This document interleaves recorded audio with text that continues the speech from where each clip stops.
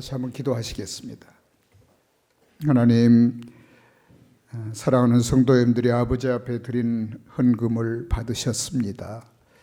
주께서 기뻐 받으시고 저들의 삶에, 사업에, 직장에, 또 후대에 아버지 하나님 성경에 약속하신 바처럼 풍성하게 채우시고 베풀고 나누며 섬길 수 있게 하여 주시기 바랍니다.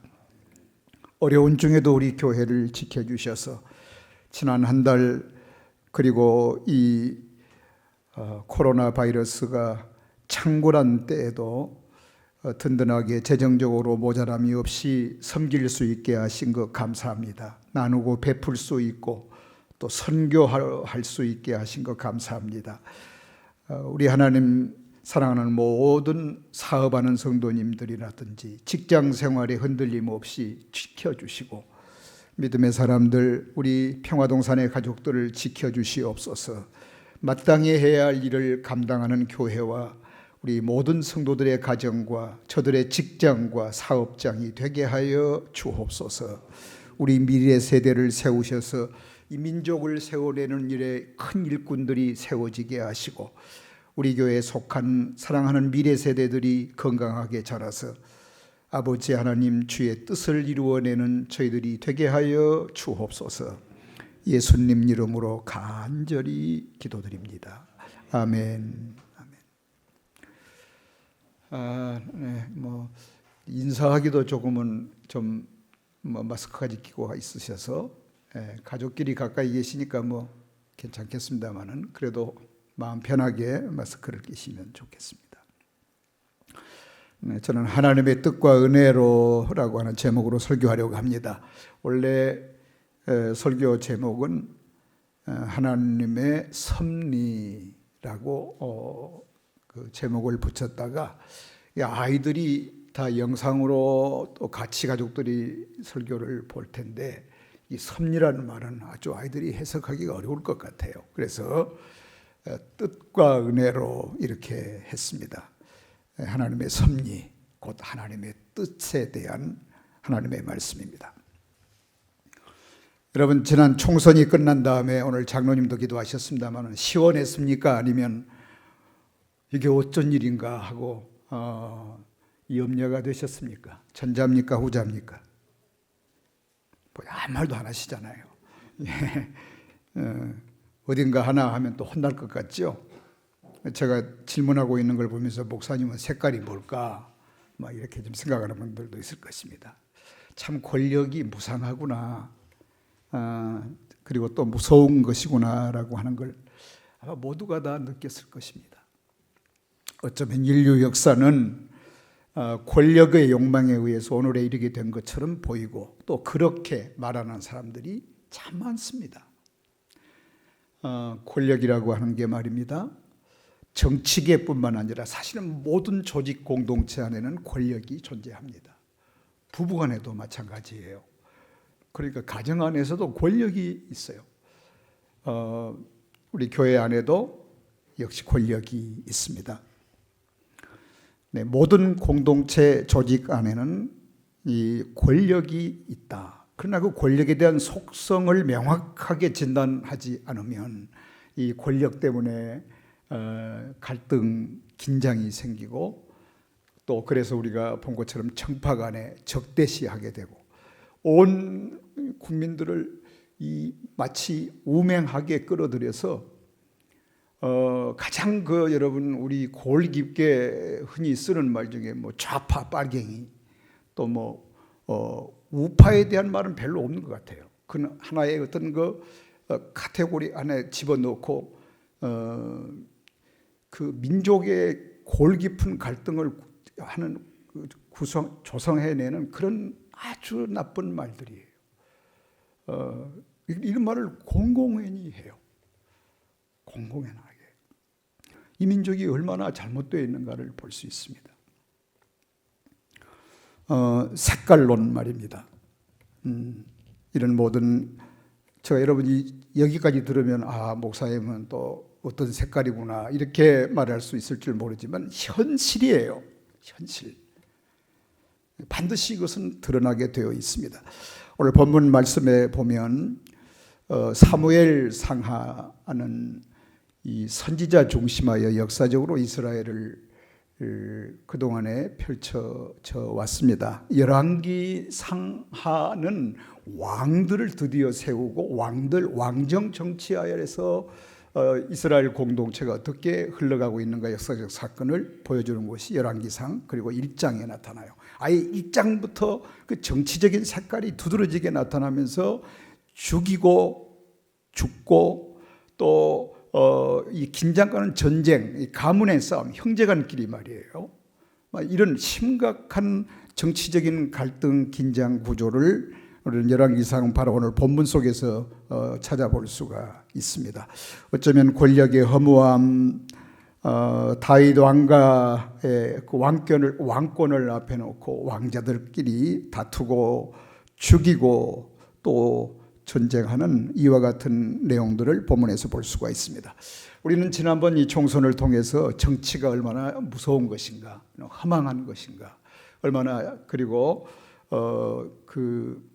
이 갈등과 긴장 속에서 살아왔고, 그리고 얼마나 그것이 어떤 그 잘못 판단하는 사람들에게 문제가 무엇인가 이런 부분들을 아주 구체적으로 우리들에게 보여주었습니다.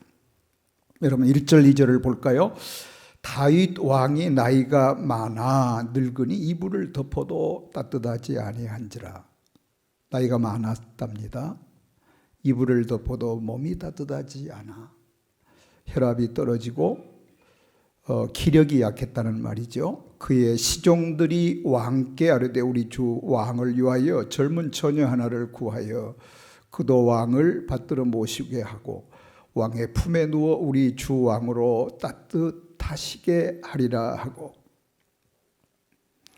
이스라엘 사방 영토 내에 아리따운 처녀를 구하던 중 수넴 여자 아비삭을 얻어 왕께 데려왔으니 이 처녀는 심히 아름다워 그가 왕을 받들어 시중 들었으나 왕이 잠자리는 같이 하지 아니하더라. 그 다음에 곧바로 5절 이하에 보면 다윗의 왕자, 다윗의 아들 중에 그 네 번째입니다. 핫깃의 아들 아도니아, 그 왕자 다윗의 사랑을 무척 받았습니다. 압살롬의 반란 이후에 자기가 그 아버지의 대를 이어 왕이 될 것이라 스스로 생각하고 자기 스스로 따르는 일부의 사람들을 데리고 왕이 되려고 해요. 이게 지금 말이 안 되는 것이에요. 아직도 기력이 약하지만 어쩌면 아버지가 그와 같은 빌미를 제공했다라고 말할 수도 있어요. 기력이 그 정도 됐으면, 입을 덮어도 따뜻하지 않을 정도가 됐으면 왕권을 아들들에게든지 누구에게 물려줘야 되는 게 아니에요. 그런데 끝까지 붙잡고 있는 거예요. 그걸 참다 못한 아도니아가 자기 스스로 왕이 되려고 하는 거예요. 그리고 오늘 본문을 여기까지만 읽었습니다만 곧바로 그 다음에 여러분 이제 다윗 이후에 하나님께서는 솔로몬을 다윗의 마음속에 왕으로 기름 붓게 하셔서 실제 나중에는 누가 왕이 되죠? 다윗 이어서 3대로 아도니아가 아니고 솔로몬이 왕이 돼요. 그게 솔로몬이 왕이 되는 것은 바로 2장에 곧바로 이어집니다. 그 열왕기상 역사예요. 왕들의 역사. 하나님께서 어떻게 역사하시는가. 자, 아버지 다윗의 사랑과 인정을 받은 아도니아였지만 하나님의 생각은 사람의 생각과 달랐어요. 여러분, 그래서 언제나 우리는 우리의 생각이라든지 그것이 또 사람의 생각, 아버지의 생각이라고 할지라도 그보다 더 중요한 것은 아버지 하나님의 마음을 찾아야 돼요. 아멘. 그게 무엇으로 가능할까요? 성경 그리고 기도하는 거예요. 제가 오늘 새벽 기도를 강조했는데 새벽 기도 왜 나오죠?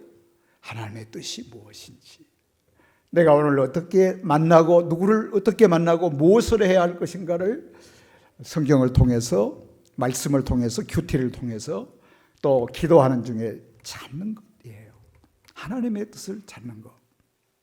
그래서 하나님께 여쭙고, 저를 한번 따라서 하실까요? 하나님의 뜻을 여쭙고 하나님의 섭리를 알아야 됩니다. 아이들이 어려우니까 하나님의 뜻이라고 말했어요.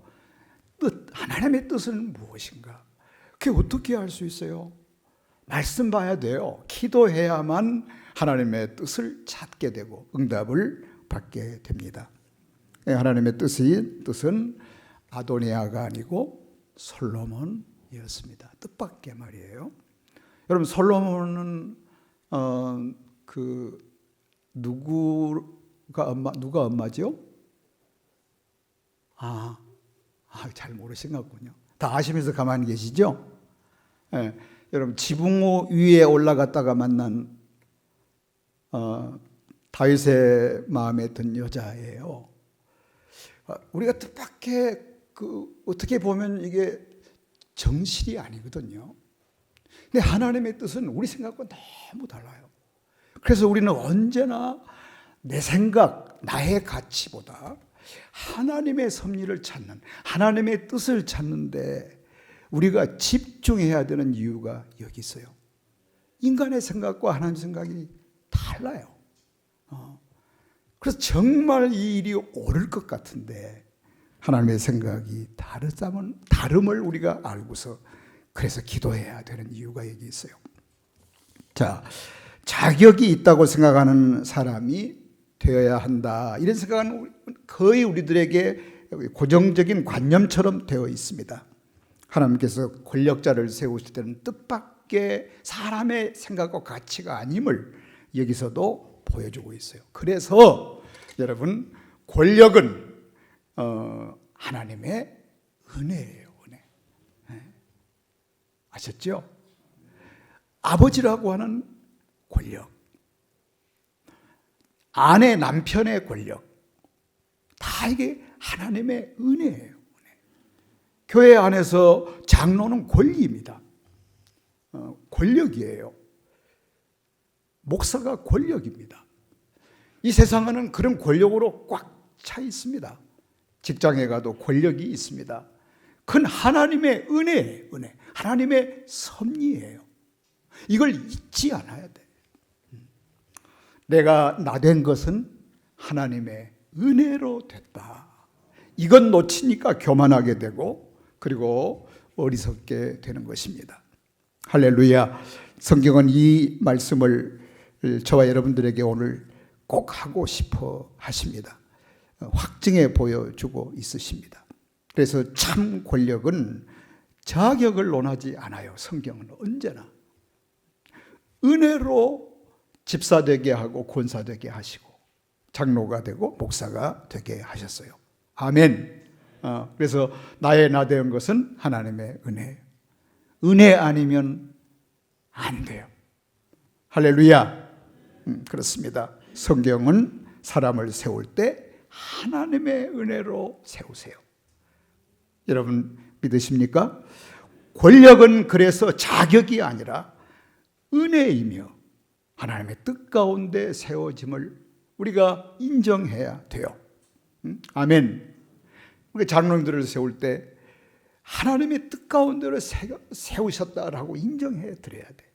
때로는 답지 못할 때도 하나님께서 기름 부으셨다고 하는 인정해야 돼요. 여러분 가정에서도 마찬가지예요. 남편이 아내의 머리됨을 인정할 때에 그때의 가정은 행복할 수가 있는 거예요. 모든 인간관계가 그렇습니다. 부부관계, 또 부자관계, 이 사업장에서의, 직장에서의 관계, 모든 관계가 자기 중심적이어서는 안 돼요. 하나님 중심, 또 이 관계 안에 하나님의 원하시는 바가 어떤 것인가를 우리가 알고 모든 관계를 이 권력이 어디서부터 왔는지 그건 하나님의 은혜 가운데서 주어졌다. 이걸 생각하고 우리가 그 앞에 관계를 설정해 가고 나 또한 내가 어떤 권력을 갖게 될 때는 하나님의 은혜로라고 생각하면서 드디어 겸손하게 섬길 수가 있게 되는 것입니다. 여러분 이 사실을 잊지 않기를 주님의 이름으로 축복합니다. 그래서 이런 마음을 갖게 되면 내 중심이 아닌 사람이 드디어 되는 거예요. 그리고 어떤 일을 결정할 때는 정말 하나님 앞에 기도하게 되고 하나님의 뜻을 찾고 음성을 듣고 성경을 통하여 계시된 하나님의 말씀을 알아서 그 일을 은혜 아래서 결정하게 되고 그리고 순종하며 그리고 섭리를 내가 실제 내 삶 속에서 펼쳐나가는 사람이 될 수가 있습니다. 이 말을 주재권의 인정이라고 말해요. 하나님의 주재권, 주인 되심과 모든 것을 계획하시고 또 이루어 가실 하나님을 인정하는 것. 아멘. 생각이 달라지죠. 여러분의 직장이 하나님의 주재권 안에 있음을 믿으십니까? 그러셔야 돼요. 혹 때로는 내 마음에 들지 않더라도 흡족하지 못해도 부부라고 하는 관계 또 교회 안에서 관계 모두가 이 주재권 안에 있음을 인정해야 돼요. 그 반대는 내 중심이에요. 반대는 말은 주재권의 반대말은 내 중심. 세상을 전부 내 중심으로 보려고 하는 이 어리석은 것. 하나님도 없어요. 자기가 하나님이에요. 하나님을 믿는 사람도 그런 사람이 있어요. 그래 결정하는 것도 내 좋을 대로 내 유익에 맞추고 그것이 최선으로 바뀌어요. 그러니까 얼마나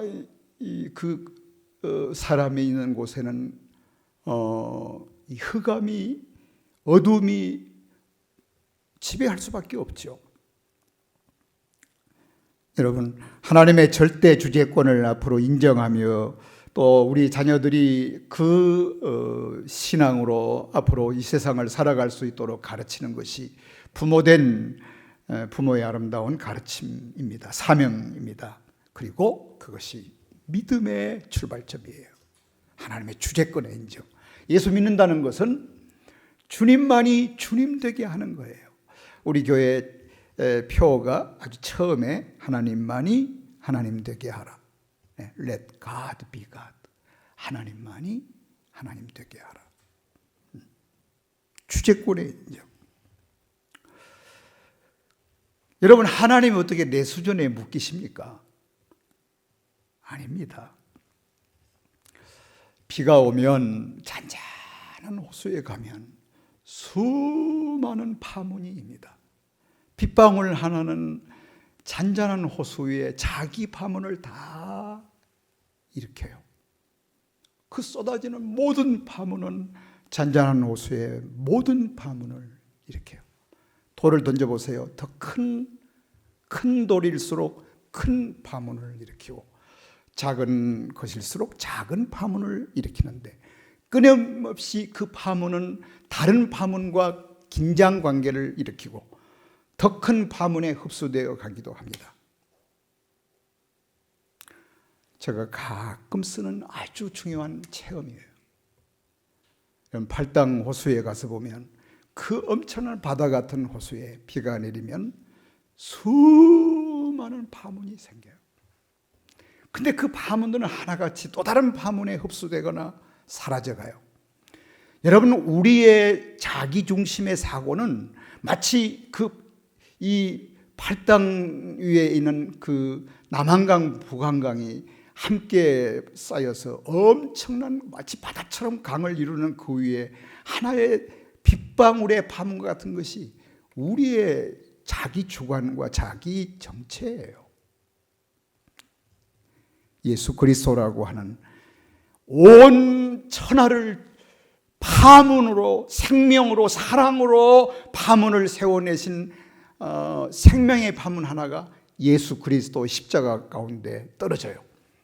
잔잔한 파문을 이루고 서로 갈등과 긴장 가운데 살던 한강이 온 우주가 온 세계가 예수 생명의 사랑의 파문이 떨어져서 그것이 온 세계를 펼쳐가는 거예요. 우리가 전부 그 안으로 들어가야 돼요.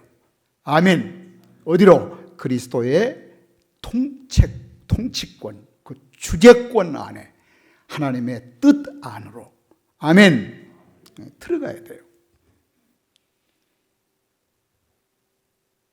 우리 코미디 중에 맹구 없다 그런 코미디 있어요.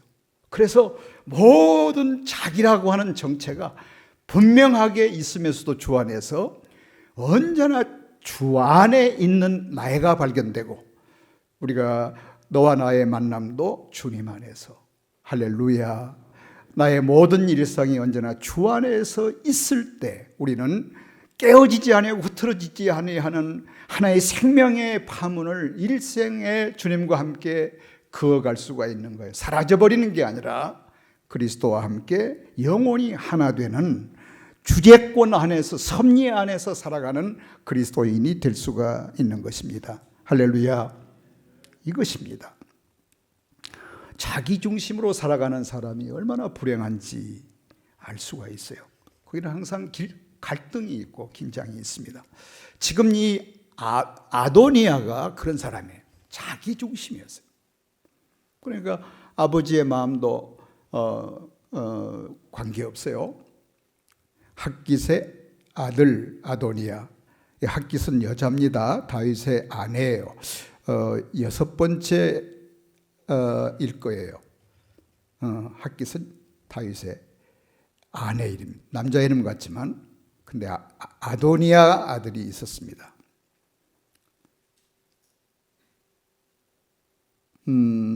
그가 이르기를 스스로 어떻게 스스로 높여. 여기서부터 문제가 돼요.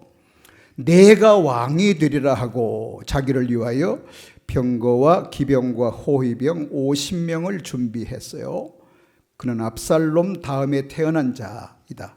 용모가 심히 준수한 자라. 그의 아버지가 내가 어찌하여 그리 하였느냐고 하는 말을 단 한 번도 한 적이 없어요.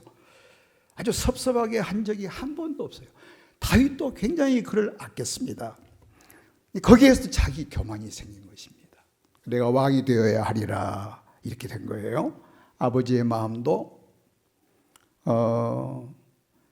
또 하나님의 사자가 있었습니다. 어맨이 살아 있었습니다.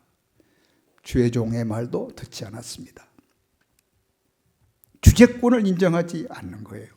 여러분, 가장 위험한 게 그것입니다. 다시 우리가 어떤 권력을 가졌어요. 여러분들이 가진 권력은 하나님이 주셨다. 제가 지금 3번째 말씀드립니다. 그것이 은혜라고, 하나님의 뜻이라고 그랬어요. 그러면 누구에게 여쭤야 될까요? 하나님께 여쭤야 돼요.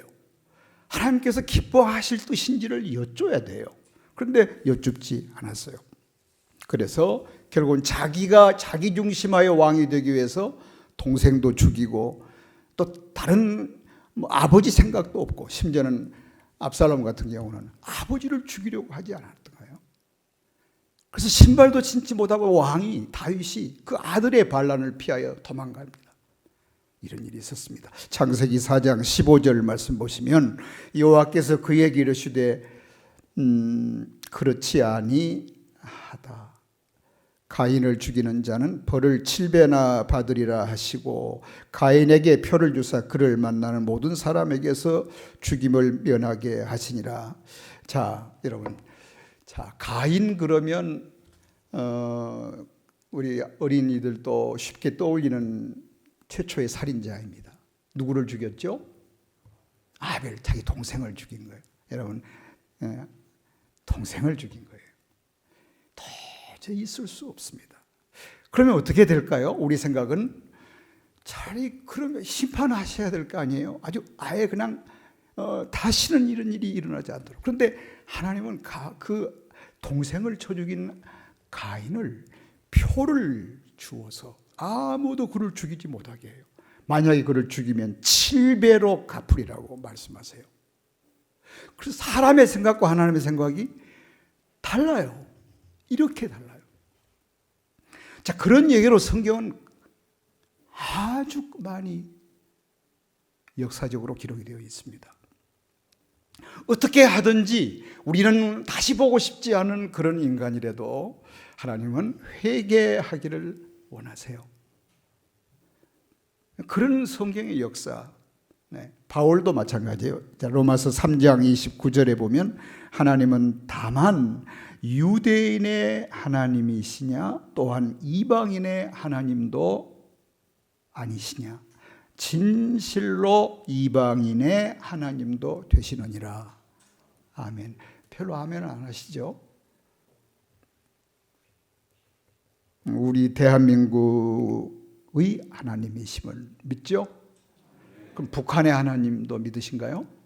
네, 맞습니다. 맞습니다. 그러면 일본의 하나님도 되시나요? 맞습니다. 그렇습니다. 인종의 차별, 민족 차별, 자유자나 종의 차별, 여야 차별, 여러분 이제 구체적으로 나오죠. 여러분들이 차별하지 않으셨습니까? 한쪽에 치우치면 좌파라고 하고, 우파라고 하는 말은 별로 많이 안 들은 것 같아요. 좌파. 그 다음에 나오는 말이 뭐예요? 빨갱이. 제가 지금 어느 당을 변호하거나 그런 건 아니에요. 골 깊게 우리 민족은 그렇게 되었습니다. 그리고 정죄해요. 정말 한쪽 말을 들어보면 죽여버려야 할 존재로 광화문에 그리고 이곳저곳에서 그렇습니다. 갈라디아 3장 28절, 로마서 3장 29절 이런 모든 말씀 보시를 보면 우리 하나님은 유대인이나 이방인을 같이 보세요. 자, 갈라디아 3장 28절 보실까요? 시작. 너희는 유대인이나 헬라인이나 종이나 자유인이나 남자나 여자나 다 그리스도 예수 안에서, 그 다음이 중요해요, 하나이니라. 여러분 믿으십니까? 2000년 전 로마의 지배하에 있을 때 하신 말씀이에요. 우리를 지배하는 로마도 하나라고. 좌파 우파 차별 없으십니다. 차별하다가 망하지 않습니까? 사도 바울은 그 당시 로마 시민권을 가졌지만 그런 고백을 할 수 있었던 것은 차별하지 않으시는 하나님의 영이 그 안에 계셨기 때문에 그랬던 거예요. 할렐루야. 교우 여러분, 하나님은 우리 모두의 하나님의 심을 여러분 믿으십니까? 성경에 그 일이 가득 그 역사로 기록이 되어 있습니다. 그리고는 말씀하십니다. 원수를 뭐하라고? 사랑하라. 사랑하고 원수를 위하여 기도하라고 하십니다. 너희를 핍박하는 자를 위하여 축복하라고 심지어는 말씀하세요. 이것이 여러분 가능할까요? 내 인생 안에 저 인간만큼은 넣을 수 없는 사람이 내 곁에 있는데 그를 사랑하라고 성경의 요구입니다. 여러분, 우리가 믿는 하나님께서 조금 전에 질문을 드리고 대답하셨던 것처럼 북한의 하나님이십니다. 일본 사람들의 하나님이십니다. 우리 하나님이십니다. 그렇다면 여러분이 미워하시는 그 사람의 하나님도 되실까요? 너무 당연하십니다. 저도 싫은 사람이 있습니다. 이번에 국회의원 중에도 좀 저 사람은 좀 정말 좀 떨어졌으면 좋겠다. 근데 또 붙었더라고요. 근데 그분만 보면 그냥 싸우는 거예요. 그냥 소리 지르고 그래.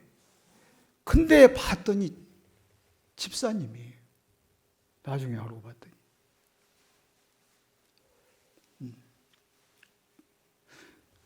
어제 제가 이런 얘기를 잠깐 했더니 제 집사람이 저의 아내가 저보고 그러더라고요. 당신도 장로가 대통령 오르니까 교회 앞에서 찍으라고 그랬잖아요.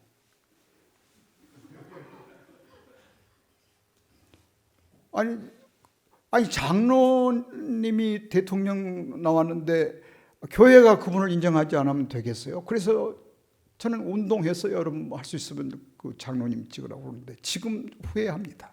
후회도 할 수 없지만 얼마나 도둑질을 많이 해먹었어요?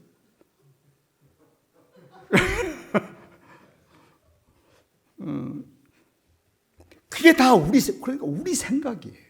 우리 생각이에요. 성경의 흐름은 이를테면 나아만 장군은 여러분 수리아의 장군이에요. 이스라엘 예루살렘을 포위해서 전부 굶어 죽게 만들었던 사람이에요. 근데 문둥병이 걸렸어요. 이스라엘에서 포로로 한 여종을 붙잡아 가서 그 집에 종으로 삼았어요. 문둥병이 나병이 걸려 있으니까 그 여종이 이렇게 말해요. 나만 장군에게, 우리 나라에는 하나님의 사람이 있습니다. 엘리사라고 하는 하나님의 사람이 있는데 그분은 못 고칠 병이 없습니다. 그분은 하나님의 사람입니다. 장군님, 우리나라에 가서 그 하나님의 사람에게 기도를 받으시면 나을 것입니다. 자, 보세요. 당시에 그 유대는 문둥병 걸린 사람들이 많았습니다. 그런데 하나님은 그때 그 문둥병자들은 그대로 있어요. 그럼에도 불구하고 하나님은 적국의 수장 나만의 문둥병을 낫게 해주세요. 두로와 시돈은요, 우리가 성경에 보면은 그 헐몬산은 오른쪽에 지도상에 있는데 사마리아 끝쪽에 있습니다. 유대인들이 아주 싫어하는 사람이에요. 성경에 보면 그 많은 여성들 중에도 하나님은 그 나인성 과부를 하나님께서 은혜를 베푸세요. 예루살렘의 유대인들 중에 과부들이 많았어요. 그런데 그 과부가 아니라 아주 그들이 적대시하는 바로 이처럼 다른 그들이 가까이 하지 않은 아주 약한 사람을 하나님께서는, 심지어는 적군의 장수까지도 하나님은 사랑하셨습니다. 조금은 여러분이 불편할 수 있습니다. 세계 역사 속의 아수르는요, 잔혹한 민족입니다. 이스라엘 백성들을 잔혹하게 핍박했습니다. 세계를 정복해 갈 때에 하나님께서 한 번은 요나를 부르세요. 요나. 그리고는 너가 그 니느웨에 가서 그 악한 나라를 회개시키라고, 복음을 증거하라고 말씀하세요. 얼마나 속이 상했던지 저는 그 일을 할 수 없습니다. 그 인간들은 다 망해야 마땅한 나라인데 어떻게 제가 가서 구원해낼 생명의 복음을 그들에게 전할 수가 있습니까? 저는 못합니다. 그리고 어디로 가는가 하면 다시스로 내뺍니다. 잘 아시죠? 어떻게 됐습니까? 폭풍이 몰려와서 배를 삼키고, 그리고 요나는, 사실은 요나는 요나입니다. 수월의 뱃속에 들어가 며칠이 지난 다음에 토해내는데 니느웨 호숫가에, 니느웨 항구에 토해내요. 그래서 니느웨 가서 복음 증거해요. 이게 하나님의 마음이세요. 니느웨 같은 망해야 할 성도, 하나님은 그 민족을 사랑하셔서 요나로 하여금 그 복음을 그 민족에게 전하게 하시는 것이 하나님의 마음이세요. 할렐루야. 하나님의 열심은 우리의 생각과 너무 다릅니다.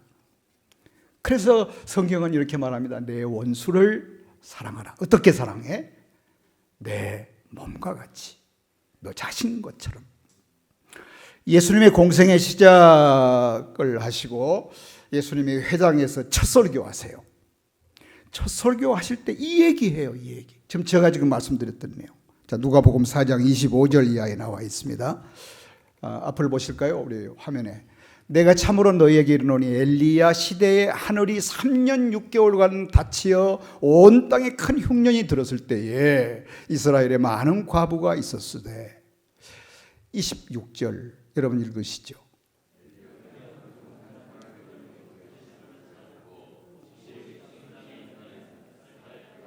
보십시오. 여러분, 예루살렘에 이스라엘의 과부들이 많았어요. 그런데 3년 6개월 동안 비가 오지 않을 때 엘리사를 시켜서 누구에게 하나님께서 은혜를 베푸셨는가? 이스라엘 백성들이 전세계했던 시돈 땅에 있는 사렙다 한 과부였어요. 또 계속해서 또 선지자 엘리사 때에 이스라엘이 많은 나병 환자가 있었으되 그 중에 한 사람도 깨끗함을 얻었다는 말이 없어요. 없어요. 그런데 어떻게 했어요? 오직 원수의 나라 수리아 사람 나만 분이었느니라. 예수님의 첫 설교는 철저하게 차별을 깨뜨리시는 설교였습니다. 우리의 생각과는 너무 달라요. 우리는 편가르기 좋아하고 야당 여당 좋아하고 그리고 반대파는 아주 미워합니다. 남북관계, 일본과의 관계, 이제 말씀드렸던 보수와 진보의 관계, 말은 안 하지만 얼마나 자기중심해서 왜 그렇게 좋아해? 그랬더니 세금을 많이 벌어서 그런다는 거예요. 세금. 그것 때문에 자기 생각 때문에 그냥 싫어하는 거예요. 물론 세금 많이 걷으면 안 되겠죠. 그러니까 자기 중심에서 세상을 보고 심지어는 한 국가를 자기 생각 속에 넣는 이런 일들, 국가라고 하는 이치에서 보고 하나님의 그 마음으로 한번 우리가 보지를 않아요. 여유가 없어요. 남북관계도 마찬가지입니다. 성경은 예수님의 첫 설교에서 나와 있는 것처럼 차별이 없으세요. 이게 바로 하나님의 은혜예요. 차별이 있다고 한다면 우리가 여기 나와 있을 수 있을까요? 없어요. 하나님은 빛을 만드셨지만 하나님은 어둠도 만드셨어요. 아멘. 여러분 인정하기 싫어도 이거 인정해야 돼요. 하나님은 모든 것의 주체이세요.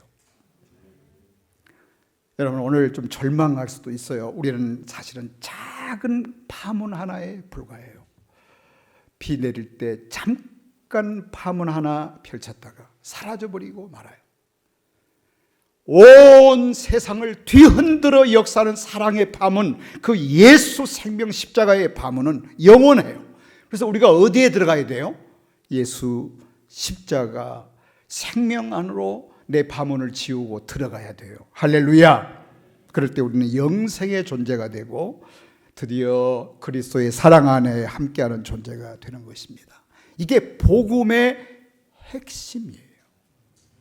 죄인을 용서하시고 구원하시려는 대속의 은혜의 세계로 들어가는 것, 이게 하나님의 섭리요 하나님의 뜻이에요. 하나님의 뜻. 이것 아니면 우리는 아무런 가능성이 없습니다. 예수님이 이 땅에 오셔서 어떤 사람에게 친구가 되셨던 것 여러분 아십니까? 기억나십니까? 가장 이스라엘 백성들이 천시했던 세리애들이었습니다. 그리고 또 뭐예요? 아주 더럽게 여겼던 성경의 창녀들이었습니다. 죄인들의 친구가 되신다고 예수님이 직접 말씀하셨어요.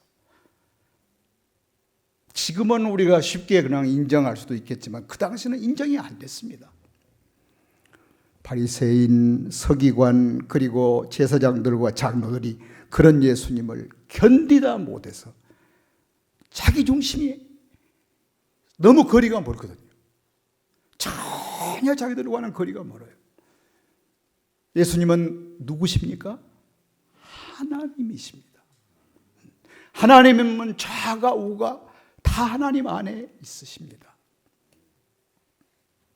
하나님은 남북도 다 그 안에 있습니다.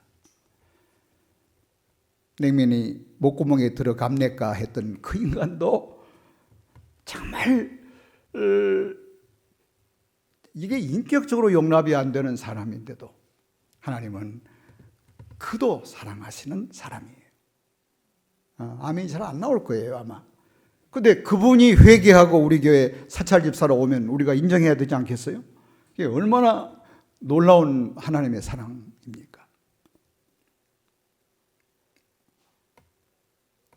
다시 우리 하나님은 하얀색도 만드셨지만 검은색도 만드셨습니다. 하나님은 빨간색도 만드셨지만 파란색도 만드셨어요. 우리 교회는 이런 정치적인 색깔론이 전혀 없으니까 참 감사한 일인데 오늘 이 말씀을 깊이 새기시기 바랍니다. 결국은 그렇게 차별이 없이 설교하시고 가르치시고 치유하시고 사랑하시는 것 때문에 견디다 못한 제사장, 바리새인, 서기관 그리고 장로들이 예수를 끌어다가 십자가에 그리고 언덕 위에 올려가지고 때려쳐 죽이려고 하다가 결국은 그게 안 되니까 나중에는 십자가에 달아 죽여버리고 말아요. 자, 사랑하는 평화동산의 우리 성도 여러분, 열왕기상 1장 5절에서 10절까지 자기 생각대로 살려고 했던 아도니아를 오늘 우리는 만나고 있습니다. 내려놓아야 됩니다. 그래서 기도해야 됩니다. 새벽 기도가 왜 필요할까요? 내려놓음이에요. 기도해야만 내려놓을 수가 있습니다. 하나님 앞에서만이 내려놓음이 가능해요. 하나님의 마음이 내 마음이 될 수 있는 그 섭리에 순응하기 위해서는 우리가 하나님의 말씀 안으로 들어가야 돼요. 그래서 성경 봐야 되는 이유가 여기 있습니다. 왜 통독, 성경 통독, 성경 정상 산오르기에 대한 강조를 할까요? 왜 새벽 기도를 강조할까요? 자기를 부정하는 거예요. 나를 내려놓고 주님의 뜻을 찾는 것입니다. 자기 생각이 아닙니다. 하나님의 뜻 찾기예요. 하나님의 섭리에 들어가는 것을 말해요. 자, 내 뜻이 아니라 누구의 뜻? 하나님의 뜻. 2장으로 가겠습니다. 열왕기상 2장에 보면 이제 자기 뜻 가운데 살다가 그 결과가 얼마나 처참한 결과가 되는지를 결론적으로 말씀해 주는 대목이 나옵니다. 23절부터 보겠습니다. 열왕기상 2장 23절. 여호와를 두고 맹세하여 이르되 아도니아가 이런 말을 하였은즉 그의 생명을 잃지 아니하면 하나님은 내게 벌 위에 벌을 내리심이 마땅하나이다 하니이다. 그러므로 이제 나를 세워 내 아버지 다윗의 왕위에 오르게 하시고 허락하신 말씀대로 나를 위하여 집을 세우신 여호와께서, 자, 왕을 세우고 집을 세우신 분은 누구예요? 여호와께서 살아계심을 두고 맹세하노니 아도니아는 오늘 죽임을 당하리라 하고 아도니아의 아들 브나야를 보내매 그가 아도니아를 쳐서 죽였더라. 여호야다의 아들, 아도니아가 아니라 여호야다의 아들 브나야를 보내서 아도니아를 쳐서 죽이고 맙니다. 자기 중심하여 하나님의 여쭙지 않고 스스로 왕이 돼서 열왕기가 시작되는 첫 대목에서부터 이 아도니아의 자기 중심한 삶이 얼마나 비극으로 끝나는가를 성경은 우리들에게 보여주고 있습니다. 사랑하는 성도 여러분, 저를 한번 따라서 하십시다. 하나님의 뜻과 은혜로, 한마디로 말하면 섭리예요. 여러분의 삶 가운데 그 뜻 이룸의 삶을 순종하며 살아가서 여러분의 삶과 미래 여러분 자녀들의 삶에 이 민족 위에 하나님의 뜻이 이루어지고 그 세계가 아름답게 펼쳐질 수 있는 주의 사람, 우리 평화송산의 모든 가족들, 우리 교회가 이 민족이 되기를 주님의 이름으로 축복합니다. 기도하겠습니다.